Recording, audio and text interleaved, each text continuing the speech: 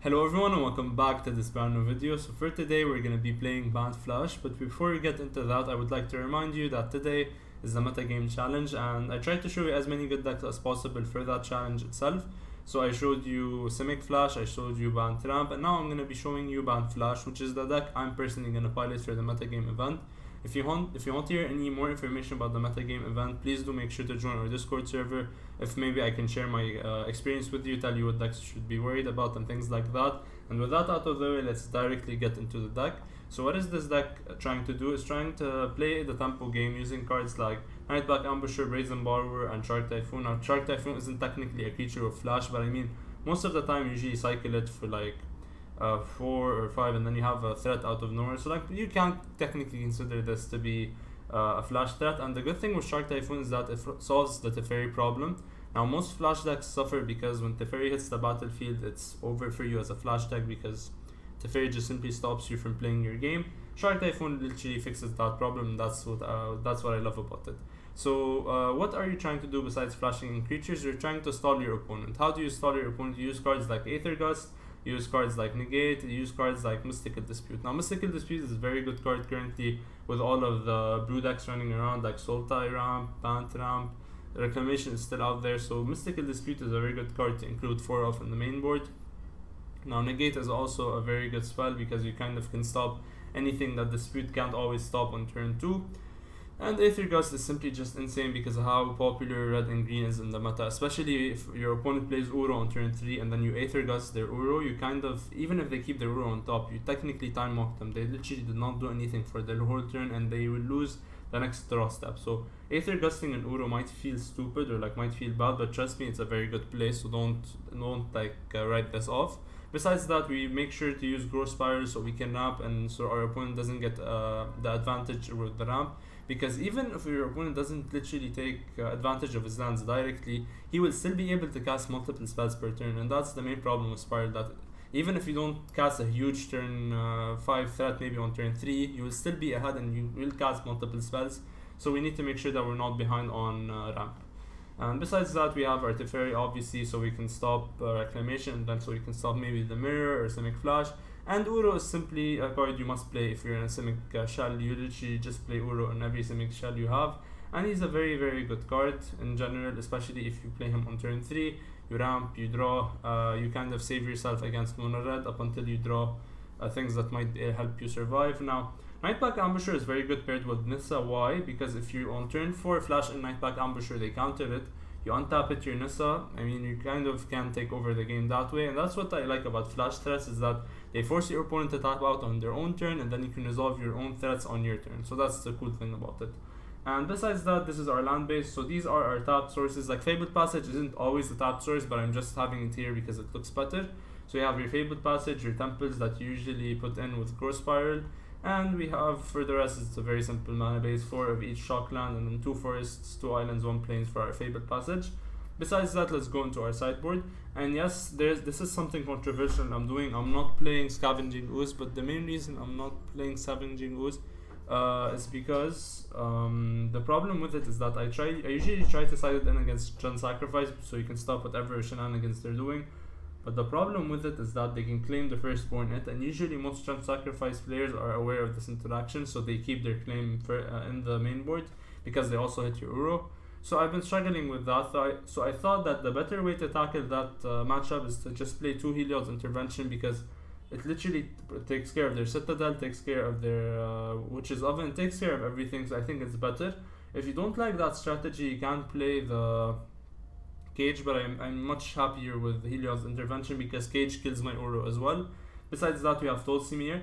Now Tolsimir is mainly there because of the 1-2 punch of Nightpack Ambusher into Tolsimir. Now how does that work? Every end step, your Nightpack Ambusher is going to create a 2-2 wolf that's going to be a 3-3 because of his ability. And then Tolsimir says that whenever a wolf enters the battlefield, you can fight something and gain 3 life. So literally every single turn you're going to gain 3 life, fight something, kill something, and against any creature deck, trust me, this gets insane pretty quickly. Elspeth Conquers Death is here maybe against your matchups where you're going to be facing Planeswalkers on turn 5, maybe Ugin, maybe Nissa, so you kind of can side that in. Shatter the Sky is obviously here against aggressive decks, mono red decks. Gruul and Mono Green have been rampant currently, and that's maybe one of the ways to stop them. Dolphin's Veto is here against Steamer Reclamation because that's a hard counter for their expansion explosion, because sometimes they do play around dispute or they have their own dispute, so they can stop your dispute, but Dolphin's Veto cannot be stopped. And Glass Casket is here against obviously aggro decks, but you could use it as well against Uro, because Uro, funny enough, can be held by the Glass Casket because it's a 3 mana creature. Now how does a casket fit Uro? I really don't know, but I mean, I'll let the play design team figure that out. So that's gonna be pretty much it for the deck. If you want to discuss any future sideboard options, please join my Discord server and I'll be happy to discuss it. And before we get into our games, I would like to please ask you to subscribe because it helps the channel a lot. And with that out of the way, I'll see you in the games. Going into game 1 of Bant Flash. Now the good news is that he's playing Yorion, meaning that I was going to say our dispute would be good against him, but we did not draw any of them, and we sadly did not draw any lands. Like, we only drew 2, which is not good enough in my opinion, especially if he's playing... He might be playing Yorion Elementals, but if he's playing Yorion Rats, I think we're in a very bad spot, but we're gonna mulligan anyways. This is a way worse hand. I think I'm gonna just bottom Aether Gust because it's either Gust or Nissa. I think we bottom Nissa, just because we're so away from casting her, it's not even funny. We just play Temple of Plenty, try to draw an untapped source. I really need an untapped source so I can hold 2 mana negate.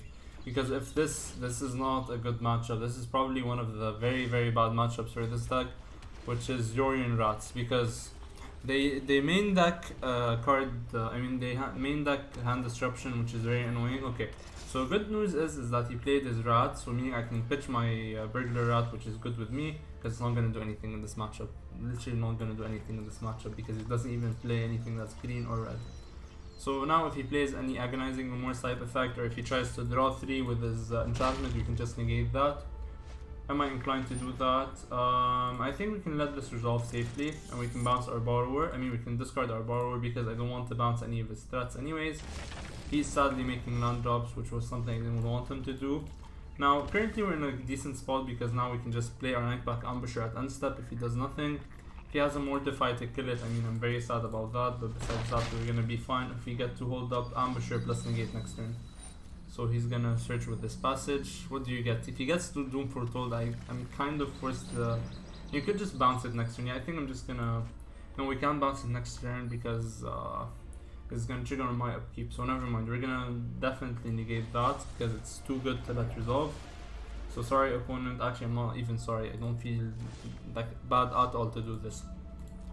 You're playing Doom Foretold plus Rats, what more do you want from most opponents? So we're gonna take 2, we're currently at 13, this is a very bad matchup once again.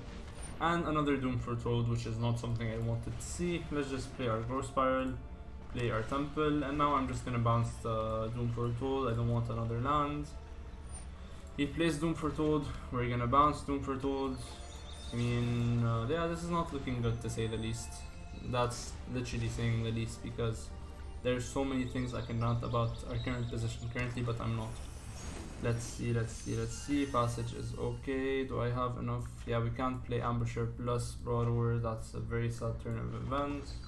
We're gonna just play our passage and we're gonna pass. And probably gonna let Doom Foretold resolve, and then we take the trigger, and then we discard whatever we draw, and then next turn we play Ambusher. Because if I play Ambusher now, Doom Foretold takes care of it, literally. And if I play Borrower, I'm gonna have to sacrifice it, which is not something I want. Yeah, sadly, I should have not played Passage. I just realized that it's upkeep and not after draw. Why did I think it's after draw? I don't know. So let's just flash in our Borrower. Yes, we lost a Borrower for free. And we lost 3 mana, but what can I do? We're gonna keep this land in our hand so we can pitch it to Doom Foretold next turn, because I don't want to pitch yet again Ambusher. So that's the current plan. Currently just wait and then do nothing. Treacherous Blessing is, I think, the thing that's gonna end the game, because now he has a card draw engine. Yeah, I think we're just gonna stop and not waste our time and your time. Let's go into game 2. Let's definitely go into game 2. So going into game 2 against this deck, the problem is that most of my sideboard is going to be useless against it. I'm probably going to bring in Tolsimir because he's good in general, and he applies very good pressure, because I want to take out these Aether Gusts anyways, because they're not going to do anything. Besides that, Helio's intervention isn't the best, but it stops Doom Foretold and his card draw engine in case he wants to flicker it with Yorion. So I think we go with that. And I think I can safely take out one Dispute because Dispute is not going to do anything against their deck. So I think that's the plan. He didn't see Nightpack Ambusher, so maybe he's not going to consider it. He's just going to think that we're a bad... Maybe he considers that we're just a bad Bant Ram deck that was just running Borrower against Reclamation Mirror. So let's hope he thinks that way and then we're good. Tamiyo might be a good sideboard option if this is actually that popular, but this is literally the first time I see this deck on ladder. This is a decent hand because in case he was gonna go rampant with the Agonizing Remorse type effects, our hand is very immune to that because we have 4 lands. Alright, so he plays his... We have Negate and Dispute on curve. Assuming he plays, for example, the Agonizing Remorse or something like that, we can negate it next turn, untap, Dispute something. Which is making me happy because we're kind of stopping his plays. He's gonna do rest, we're gonna negate. Just because he's probably gonna take the negate anyways, and then I can dispute whatever he does next. Let's just play this, and now we have a Nightpack Ambusher on curve, and that's making me very, very happy about the sequence of events. Let's see what opponent does. What do you do, opponent? Treacherous Blessing. Yeah, I'm not gonna let you draw 3, opponent. I'm sorry. I'm very, very sorry. Actually, I'm not sorry. You don't deserve card advantage. Let's hope he doesn't slam in Doom Foretold. I'm happy about literally anything besides slamming in Doom Foretold.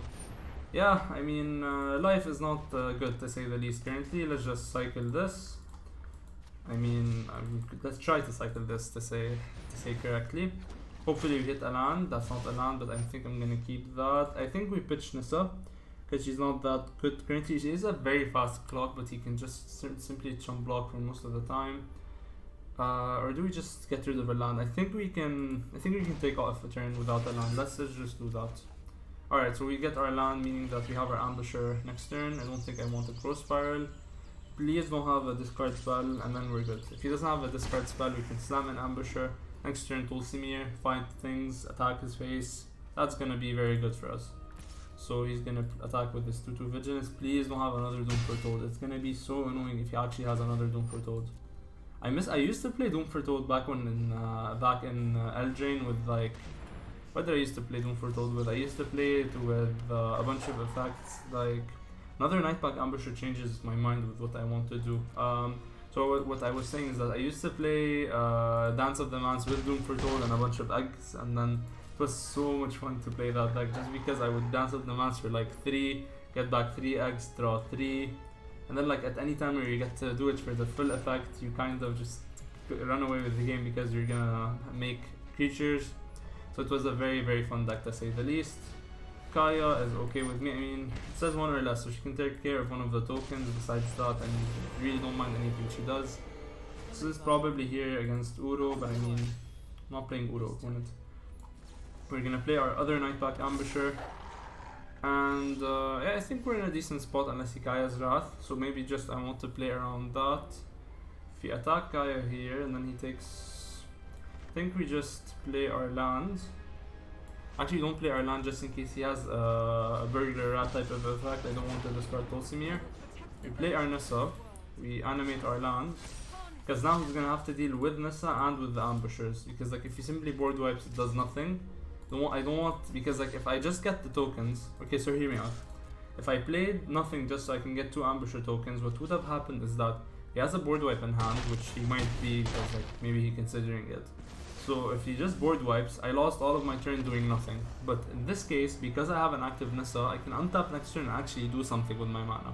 So that's the reasoning behind why I actually played Nissa. I tapped out for Nissa and not I just waited until end step for like Nightpack Ambusher. So we win the second game. I mean, I still can't believe we did win it, but I mean, we just did. And then hopefully we win this last game, although it's a very hard matchup to say the least. Now Dispute is actually very weak because it's not going to do anything for most of the game until it's turn 3 where it's simply just a bad mana leak.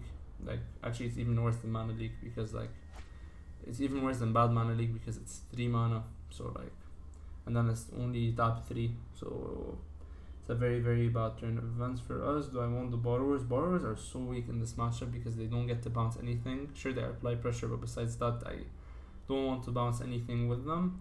I think I'm just gonna keep because I stopped turn 1 Duress, because if you turn 1 Duress, he can't take any of the Borrowers, and our hand is super bad to a degree. If he wastes his turn with his with his disruption spell, he actually cannot do anything. So let's see what we are doing with Uro. Uro is probably gonna stay on the field, I mean on the top, so I think we're in a decent enough spot. Please, I'm sorry for the phone, I shall take it out and then I'll come back 1 second.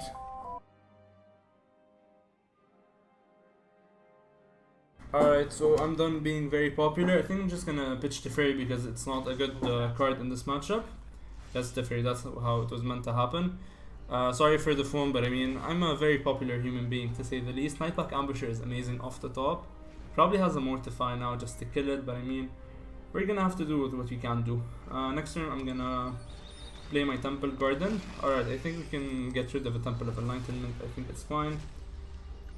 So let's see. We're just gonna play our Temple Garden, and now we can Flash Borrower and Step, attack him for 3. Hopefully he doesn't play his Doom Foretold, because if he does, I'm gonna be very sad. But we could actually just not do anything and then discard our Uro, which is probably the best thing to discard at this stage, because Uro, it can actually come back from the grave, unlike anything in my hand that can't come back from the grave. We're gonna take 2.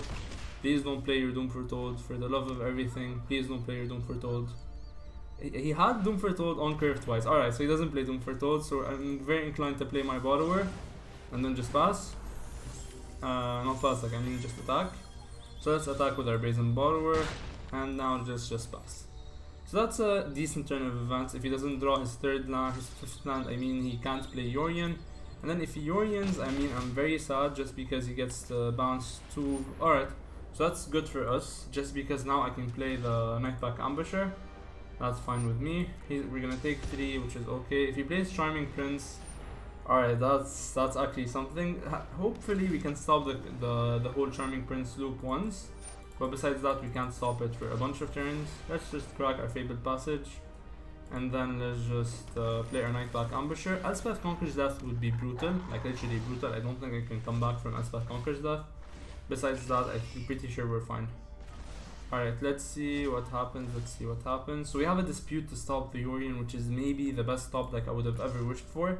And it also stops, if he has Elspeth Conquers Death, it stops that as well.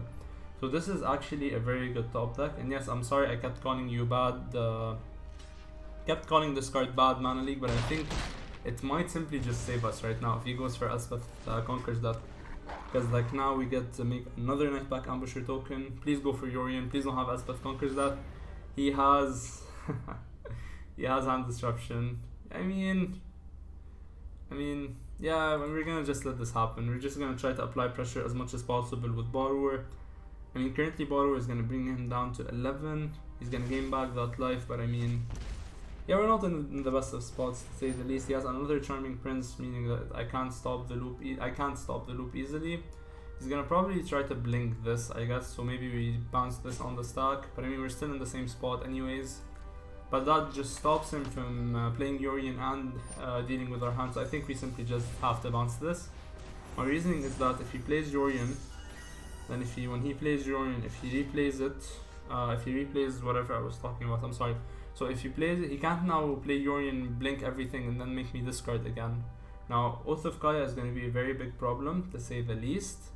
And I think, yes, we are definitely in a very bad spot, but we're trying to survive, and I don't think we will. This is probably a game we're going to lose. But I mean, you're going to kind of have to be optimistic about things. Alright, so dealing with the Charming Princes, alright. We actually might be in a good spot now just because of this trade. Because I was very afraid of Yorion just looping Oath of Kaya with Charming Prince, and then opponents simply keep on gaining life forever. But now the fact that he actually... Yeah, now it makes a lot of sense. Alright, and that's actually worse than Shatter the Sky because we're not gonna draw a card. Let's just play our Brazen Borrower. I mean, we're in a sad position. Nissa can help fix that. Let's just play our Nissa. Reanimate our Temple. Attack for 6. And now next turn, if he plays Yorion, we can attack for 6 again. I mean, if he doesn't play Yorion, he's gonna get attacked with Borrower again. Sure, he can chump block with this, but he's down to 4. He plays Yorion, which is he definitely like flickers Oath of Kaya, kill our Temple probably. Yeah, definitely kill our Temple. I mean, that's the best thing he could do. Currently, we are not in the best of spots. I mean, actually, I think now we're in a better spot just because we might be able to Uro and then replay him the same turn. So let's try to do that. So Yorion might, I mean Uro might be a way for us to come back into this. Do I want to play Teferi bounce Yorion? That's a very good question. That's a very good question. That does accomplish nothing because he's just gonna regain the life I would deal to him. The life loss I would cause him actually. I think we just play our fabled passage, we crack it. Currently we don't have double blue, so I get double blue. We have our temple to, so we use our temple, we use this, we just play our Uro. Exile 5 cards. Uro, please save us from this game. He had so many chances to deal with Uro. He had Agonizing Remorse, he could have just played this last turn. Alright, and Mystical Dispute sadly cannot be played, but it could be played the turn after. I'm gonna untap our Temple of Mystery because it's not a forest. And I think we just need to hope that we survive one more turn without any like stupid Kaya's Wrath or something like that. And if we do, we might actually be back into this game. We might literally come back into this game out of nowhere if we just survive for one more turn. Now the question, if he plays his Yarok, this thing, what do I exile from my hand? Do I exile Teferi or do I exile Dispute? Now the cool thing with Teferi is that I can bounce Yorion, and now he would just have to chump block. Sure, he can replay Yorion, blink Oath of Kaya, but that wastes a whole turn cycle from his side. And then I can simply just attack with Uro again.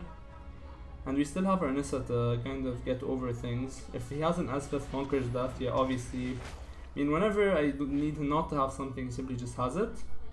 But I mean, we still have lethal, right? If he doesn't take Uro, was a very optimistic thing from my side. Let's see.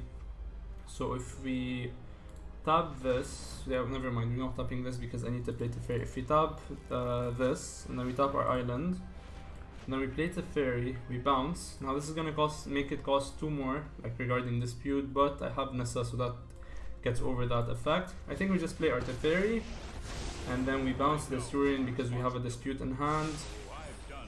And now we just reanimate, or let's see, what do I want to reanimate? I don't think it matters. Let's just reanimate Temple Garden to make sure that we have mana for Dispute. And now we just attack for 9. And next turn we have our Nissa ulti, which is very good for us because now all of our lands will have indestructible. Yeah, I think that's good. Let's see. We can pay Hardcast Mystical Dispute, and then we can pay the 2 extra from Elspeth Conquers Death. So I think I just play this tapped. And now we just need to hope for the best, hope that opponent just plays his Yorion and does nothing. And that should be enough to earn the game, I guess. Yeah, that definitely isn't enough to earn the game. So this is one of our hard matchups, to say the least. And we just simply won it. So once again, guys, I'm very sorry for like the whole phone disruption, but we did win the game. We did make it, I mean, I'm 1 win away from Platinum Tier 3. Thank you so much for watching and taking time out of your day to watch my videos. It means a lot to me. With that out of the way, I would like to tell you thank you again for watching, and please subscribe because it helps the channel a lot. And with that, I'll see you guys next time.